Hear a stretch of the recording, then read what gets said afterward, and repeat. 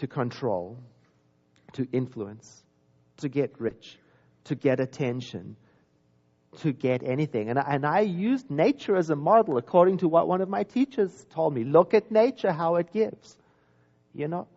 It gives itself without restriction, whether or not we care about it, whether or not we respect it, whether or not we're going to destroy it, whether or not we are deserving, it just gives. And that really helped me to remember that when my own giving is free from expectation of thank you, recognition, appreciation, that's when I am the happiest and the most prosperous. When I am free and in love with life. Because it's better for me to give without attachment, because sometimes life takes the gift and smashes it. Right? Oh, you don't want to hear that.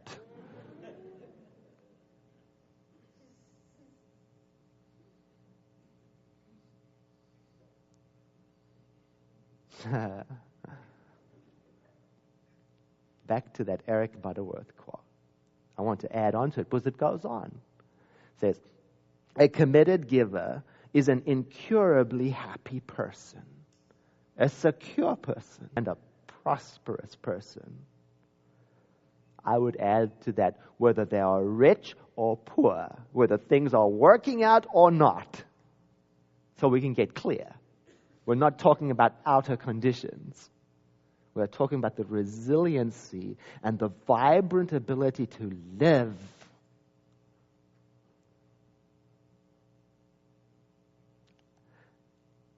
Over time, I think I may have figured out why that is so. This Eric Butterworth thing. Based on something I read in our founder, Ernest Holmes, in his textbook. He was writing about the nature of love. And he says, love is the self-givingness of spirit. And I went, oh. In other words, giving is God's nature. And then when I am giving, I am duplicating that nature in my activity. That's why it feels so good.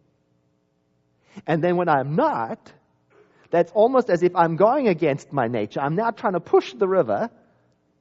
And that's when it all gets blocked up and stagnant and it starts to not smell so good.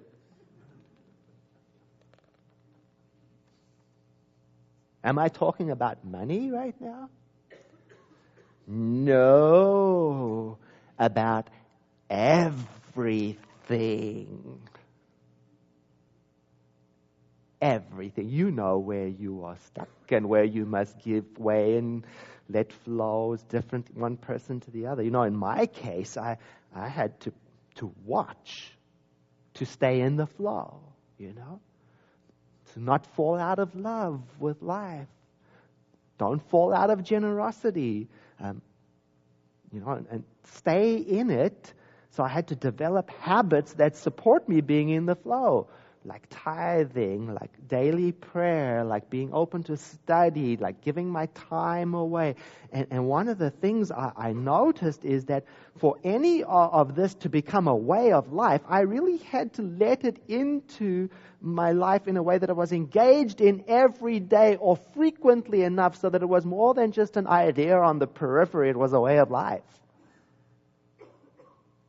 Which brings me to the plan for 2008.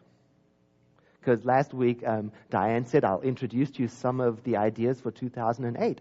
And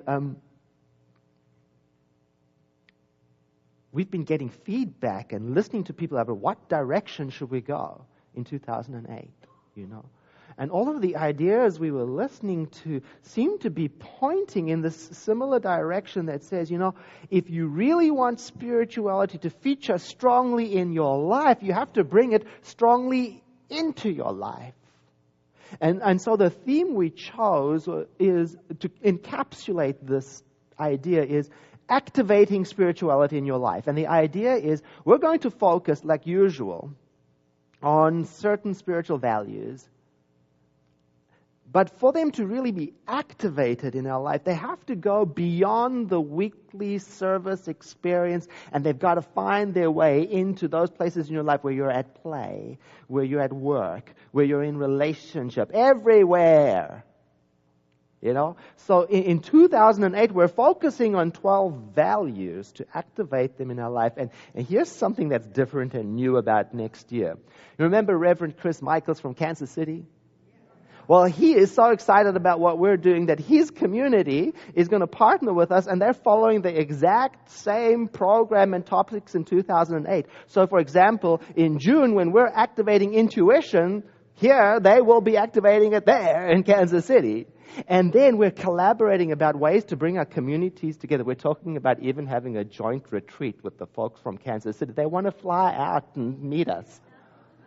Isn't that great?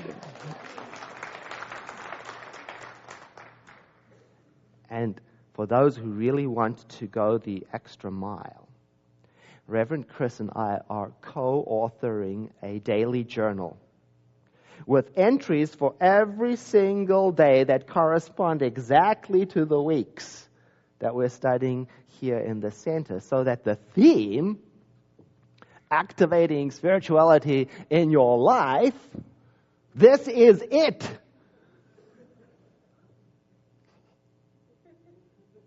We're going to bring it right up into our attention. That's the idea of the journal, you know, so that every single day, if you choose, 2008 can become the place for you where the rubber meets the road. And you turn spirituality from an idea into a life. You know what I love is the thought of bunches of us here going together, thinking this stuff through, integrating it, and bunches of them over there. You know, I think the synergy, the combined energy, the momentum, you know, that's how I think. I like to think like that, you know. Anyway, the topics for the year of the month are activating spirituality in January, and love in February, and activating transformation the next month, and compassion and community, and activating intuition in June, and healing the next month, and honesty and service and prosperity, and of course November is creativity, and then joy in December. And the whole idea is to hold these values up for us so that every month we're staying together on the path. And then at the end of the year, you will have given yourself a solid opportunity to investigate your own spirituality and discover if what you identify as important values in your life actually are consistent with how you show up at work and play and family and relationship. Because that's up to you.